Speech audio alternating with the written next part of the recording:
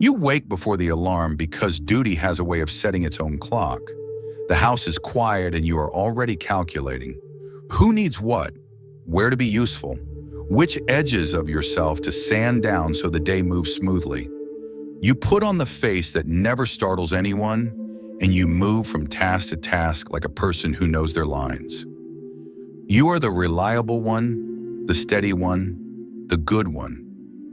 The world exhales when you enter the room. Inside, your breath stays shallow. There is a fatigue that sleep cannot touch. It sits in your shoulders when you say yes out of habit. It tightens your jaw when you smile through a comment that cuts. It hovers in your chest when you plan another week of being agreeable. You call it stress because that sounds responsible. Your body calls it the cost of disappearing in small, polite ways. You learned early that goodness buys safety. You learned that calm faces keep the peace and quick apologies in storms. You learn to feel the temperature of every room and adjust yourself by a few degrees until no one flinches. This skill kept you alive. It also trained your nervous system to treat your own truth as a threat. You became fluent in other people and illiterate in yourself. To be honest, being good is easy to praise and hard to live. It looks like kindness from the outside and feels like erosion from the inside.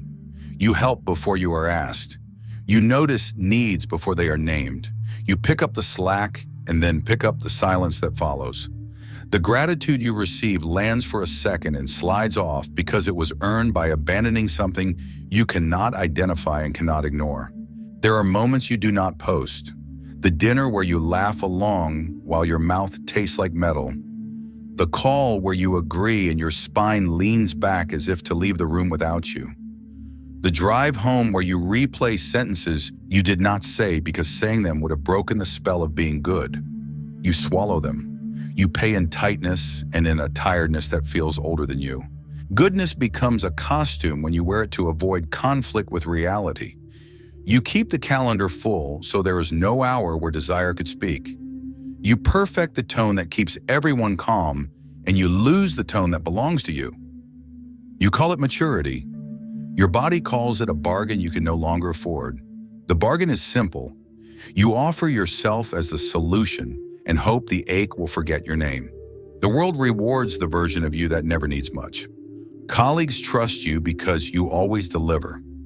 Family leans because you do not drop anything. Friends rely on you because you listen without asking to be heard. Praise arrives and the numbness stays. You start to believe you are ungrateful for wanting more than approval. You start to suspect that your hunger is the problem rather than the sign. There is a loneliness that only the good know. It lives in the distance between who you are and who you present. It lives in smiles that never reach your ribcage. It lives in the way you say, I am fine and mean. I cannot find myself under all this politeness. You promise that after this season, you will rest. After this project, you will tell the truth. After this holiday, you will stop pretending.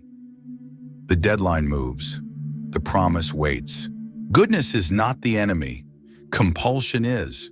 When your goodness requires you to betray your inner no, it ceases to be virtue and becomes self-erasure. When your kindness never includes you, it becomes a quiet violence you aim at your own life. You can feel this in the places that hurt for no clean reason. The neck that will not loosen, the jaw that wakes you at night, the heart that beats harder whenever you introduce even a small boundary. You do not need a diagnosis to know something is off. Your body has been filing reports in sensation, and you have been a model employee at ignoring them. The report says you have built a life that runs on your absence. The report says the role is starving the person. The report says goodness without truth will turn you into a ghost in your own home. Not everyone is ready to hear this. The identity of the good one is warm and familiar. It feeds you approval and it shields you from certain kinds of conflict. It also keeps you from the only conflict that could free you. The conflict between the mask that kept you safe and the voice that keeps you alive. You do not have to choose tonight. You do have to stop pretending that the cost is small.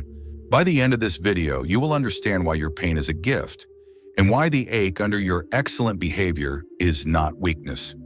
You will see the machinery that trained you to call self-abandonment virtue, and you will learn how to step out without becoming hard. For now, breathe. Name the heaviness without correcting it. Let the good one rest for a moment while the real one takes a seat. Stay with me. You were taught that goodness equals safety, so you learned to smile, to soften your tone, to apologize first and often. You practice gratitude as a way to cancel grief. You practice positivity as a way to overrule anger. You practice productivity as a way to earn permission to exist. From the outside, this looked noble. On the inside, your nervous system learned that your own truth is dangerous and must be managed. You were told that kindness fixes conflict. You became an expert at keeping the peace. You soothed others while your body carried the tension that never got named. Kindness is clean when it includes you. Kindness without self-inclusion becomes quiet violence you perform against yourself and call it virtue. The world applauds. Your jaw tightens. You were told that therapy and self-help always help. Sometimes they do. Sometimes they turn into a weekly report where you present tidy insights about your patterns, while the central betrayal remains untouched. Most psychologists will not tell you this in plain words. Insight without contact becomes decoration for the same cell. You can analyze why you always say yes and still hear your mouth agree while your spine leans away. The program stays because the body was never met where it braced to survive. You were told that being reasonable is the highest morality. Reasonable often means digestible to others. You learned to translate your needs into versions that would not disturb anyone. You stopped noticing that the translation removed the need. Reasonableness became a costume. The room stayed calm. You disappeared. You were told that boundaries are selfish, so you became generous with everything except the truth. You gave time you did not have, energy you did not own, care you did not replenish. People praised your heart. Your body paid in resentment that leaked into the very love you wanted to offer cleanly. To be honest, generosity that requires self-betrayal is not generosity. It is a bargain to avoid disapproval. You were told that gratitude cures emptiness. Gratitude is medicine when it grows beside grief. Gratitude used to exile grief becomes obedience. You thanked situations that were slowly erasing you because naming the loss would have broken the image of the good one. The image stayed intact. Your reality fractured. You were told that positive thinking builds freedom, so you repackaged discomfort as a mindset issue and ignored the signal that said a boundary is missing. Positivity that grows from truth is resilience. Positivity used to silence truth is denial with better lighting. The smile wins the room. The ache continues its shift work. You were told that working harder makes meaning, so you turned goodness into a schedule. The calendar filled with evidence that you are dependable. Every blank hour where desire could speak was replaced with tasks that keep the machine smooth. Structure can be sanctuary. Structure can also be anesthesia. The difference is whether your structure protects your aliveness or protects the performance that earns you approval. You were told that the problem is selfishness. The hidden mechanism is the opposite. You were trained to make yourself a solution to other people's discomfort. You sensed tension and offered yourself as the fix. You mastered the discipline of taking up less space. Systems that benefit from this call, you mature. Your body calls it missing. Here is what they do not tell their patients. The chronic need to be good is not morality. It is a survival strategy. It is the appease reflex dressed in adult language. You learned that your safety depended on reading a room and reshaping yourself until no one raised their voice. The reflex kept you safe. It also taught your nervous system that your authenticity is a hazard to be managed. That lesson now runs your career, your relationships, your weekends, your mirror. This might sound harsh, but much of what gets praised as patience, humility, or stoicism is a freeze with manners. The stillness is not peace.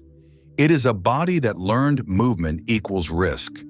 You sit calmly while your insides hold a storm. You call it composure. Your system calls it shutdown. Most psychologists will not tell you this in plain words. Culture rewards a version of goodness that is highly functional and quietly dissociated. You get promoted for tolerating what should never be normal. You get celebrated for reliability that requires self-neglect. You become the person others trust with everything except your own life. The applause is real. The cost is real. Not everyone is ready to hear this. The identity of the good one is stitched into family loyalty, collective myth, and the stories you tell yourself to sleep at night. You carry the dream for others. You keep the peace that exhausts you.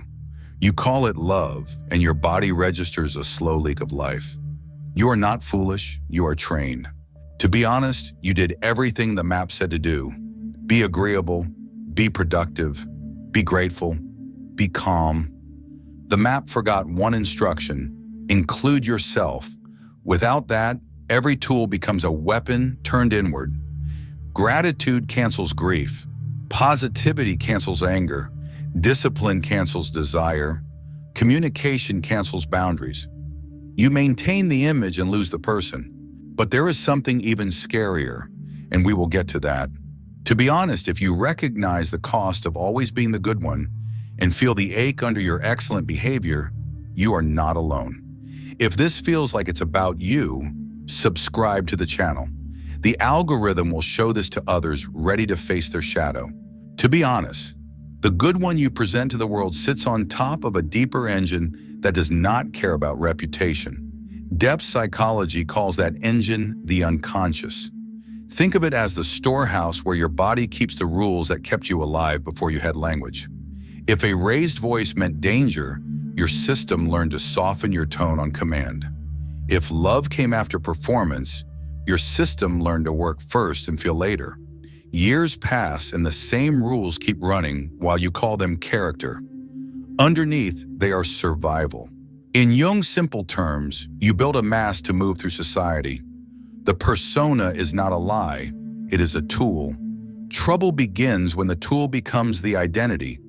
Everything the mask could not show in order to be loved went into the shadow.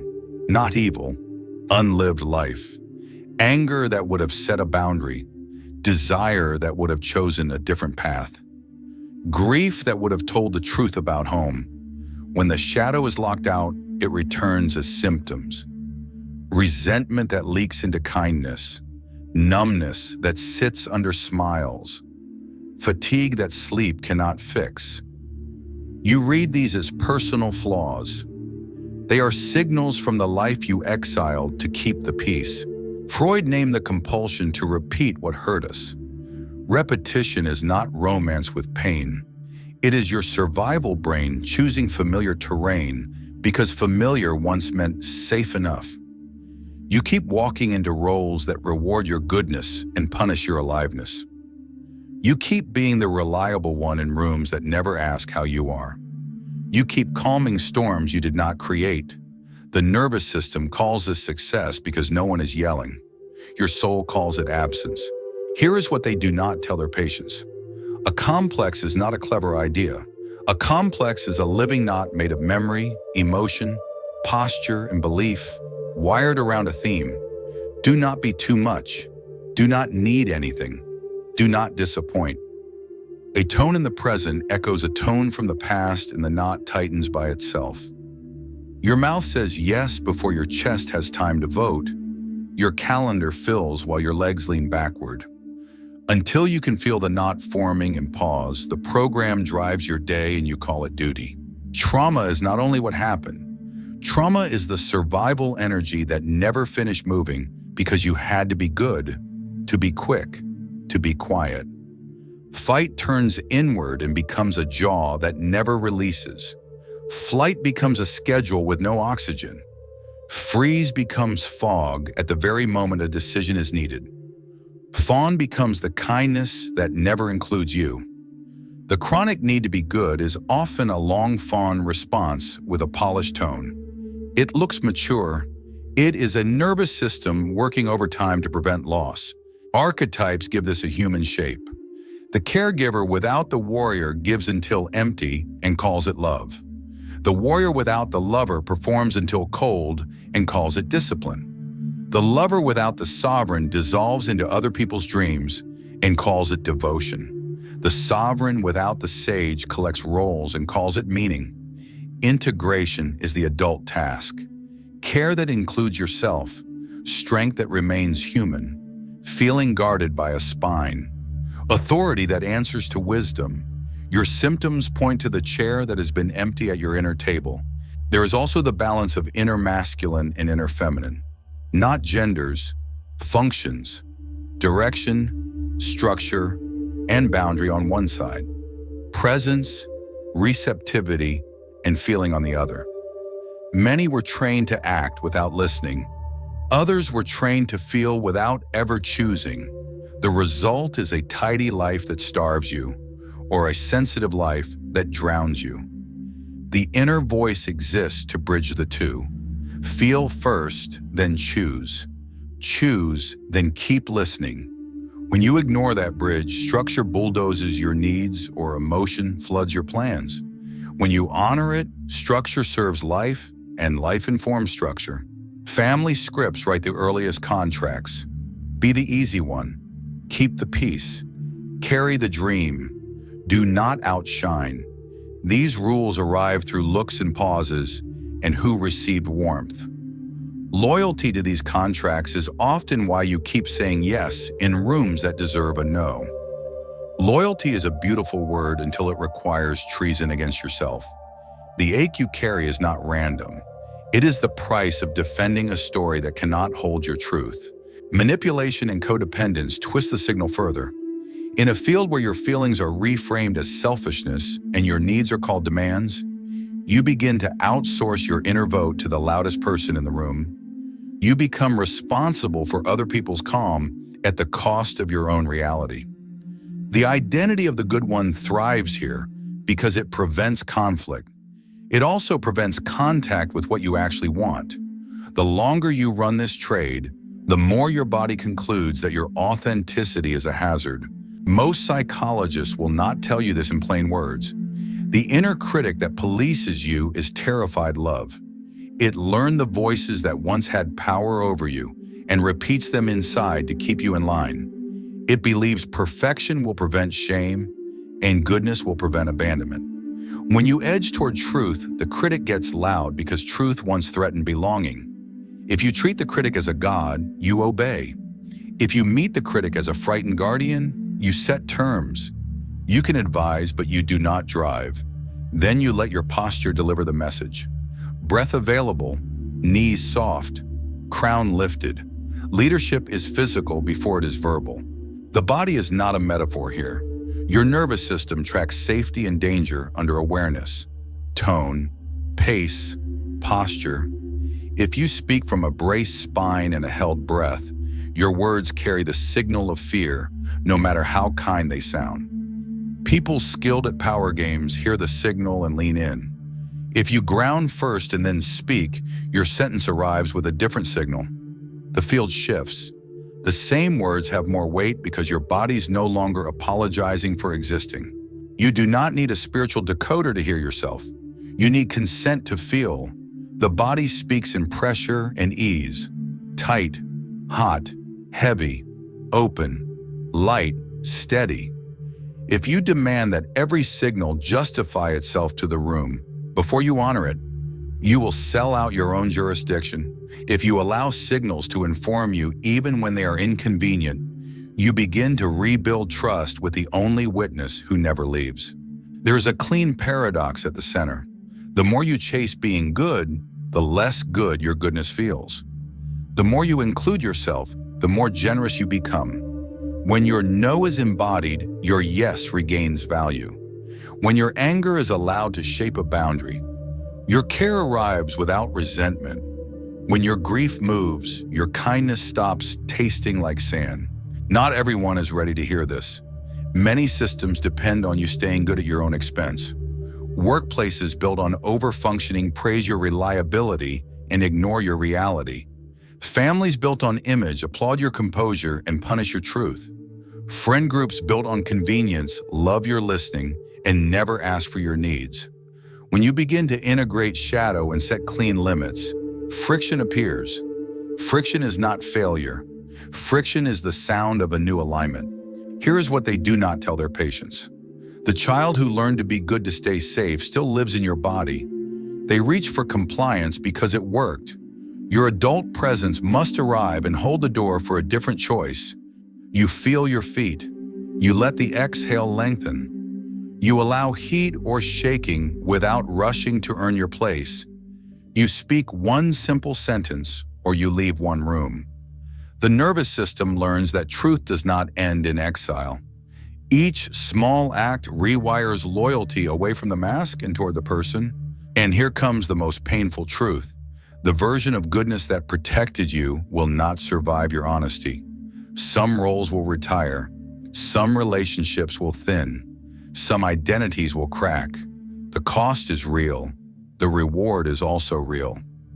You stop being a prop in your own days. You stop decorating the cage. You return to a life that can carry you because it includes you. This is where goodness turns into clean practice.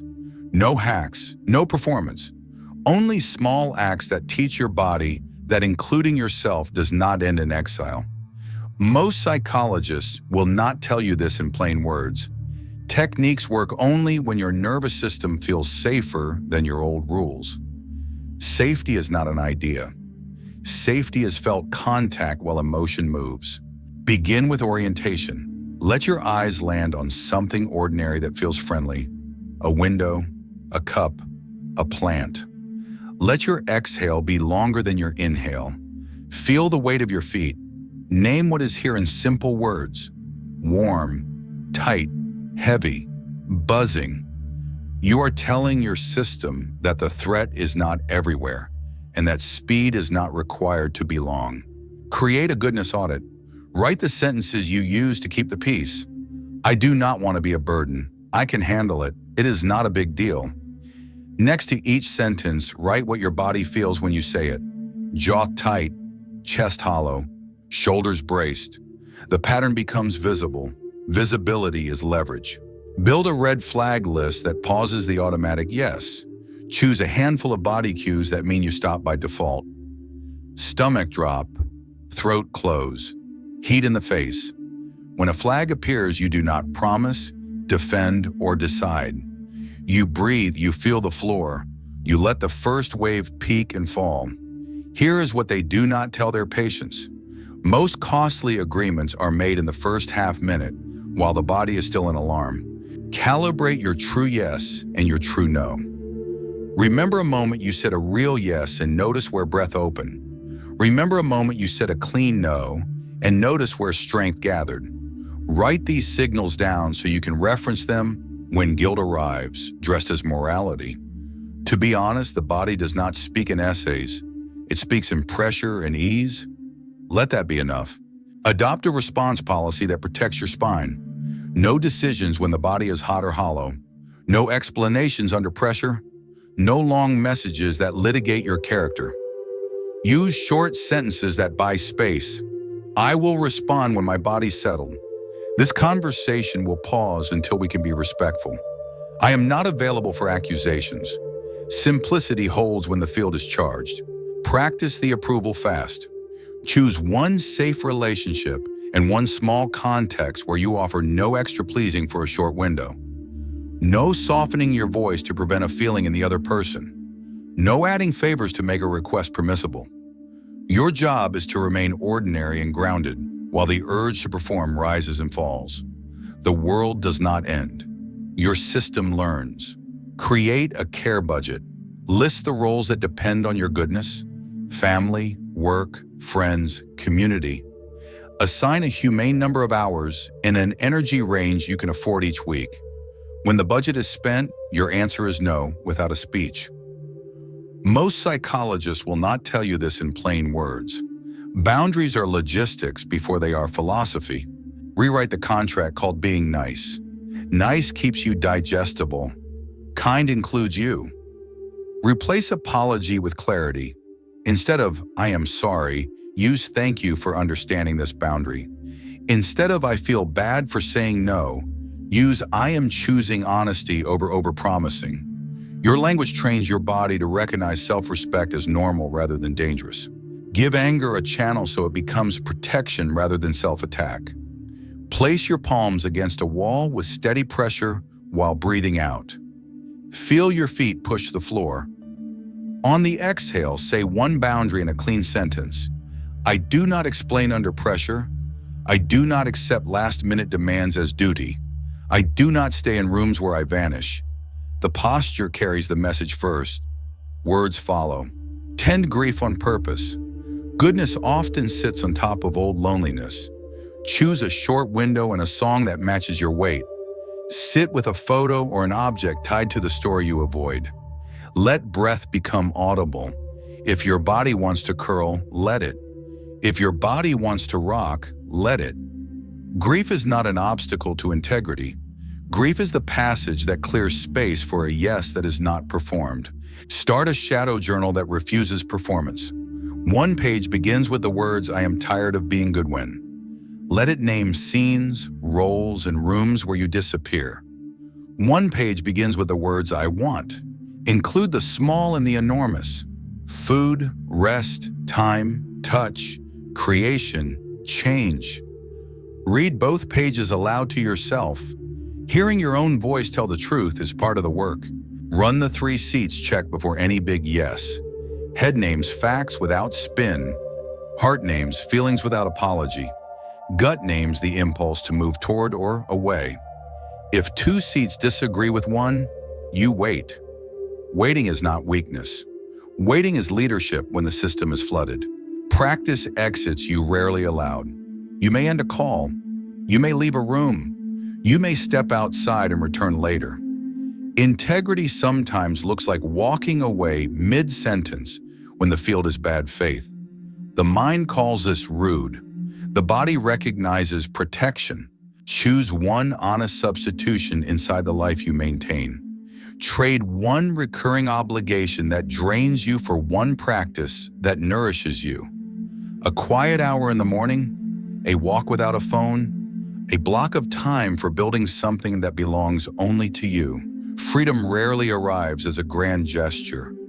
Freedom arrives as a series of small refusals that become a new backbone. Speak with the critic as a frightened guardian, not a god. Thank it for its original purpose. Set terms. You can advise, but you do not drive. Then adjust your posture so the message lands. Crown lifted, knees soft, breath available. Leadership is physical before it is verbal. Disentangle silence from freeze. When you choose not to speak, move something gently to confirm choice. Roll your shoulders, press your toes, trace a slow line on the wall with your eyes. Silence becomes an action rather than collapse. Your system learns that honesty includes the right to pause. Not everyone is ready to hear this. When you stop financing the image of the good one, some relationships will thin because they were built on your compliance. That is painful and clean. Your clarity will draw people who can meet truth with respect. The rest is not yours to carry. If you saw yourself in these words, write in the comments. I no longer run from pain. Let's see how many are ready for the truth. If you feel it's time to meet your shadow, write, my darkness is my strength. Let's build a community of those unafraid to look within. To be honest, the shift you need is not from bad to good. The shift is from performative goodness to embodied truth. You can feel the difference. Performative goodness is tight, fast, and hungry for approval. Embodied truth is steady, slower, and uninterested in applause. One will keep the room calm while you vanish. The other will sometimes stir waves while you remain whole. The cost of the second path is real. The reward is that your days begin to belong to you. Most psychologists will not tell you this in plain words. Freedom rarely arrives as a dramatic scene. Freedom arrives as ordinary loyalty repeated until your body trusts you. You pause when the urge to please spikes. You breathe when urgency is bait. You say one clean sentence when the old script wants 3 paragraphs and a sacrifice. You leave rooms that mistake your life for a resource. You choose relationships where care moves in both directions. You do this without spectacle and without cruelty.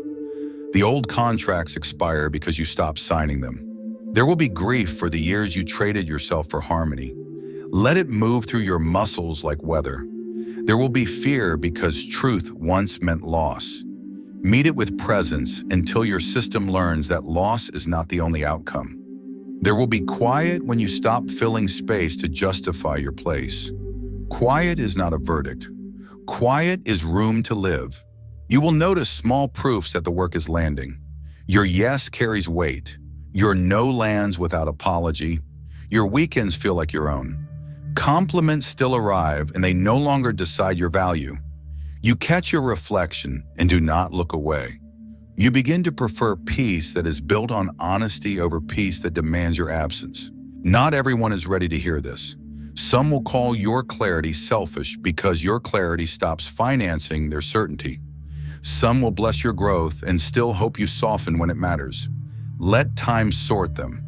Your task is contact with reality that includes you. Your task is kindness that does not require self-erasure. Your task is a spine that answers to your values. Hold this like a practice, not a performance. One honest breath, one clean boundary, one protected hour, one refusal to translate your need into something prettier. Over time, the shape of your life will begin to rhyme with the shape of your soul. Over time, goodness will stop being the mask you wear and become the quality that flows from a person who is finally allowed to exist.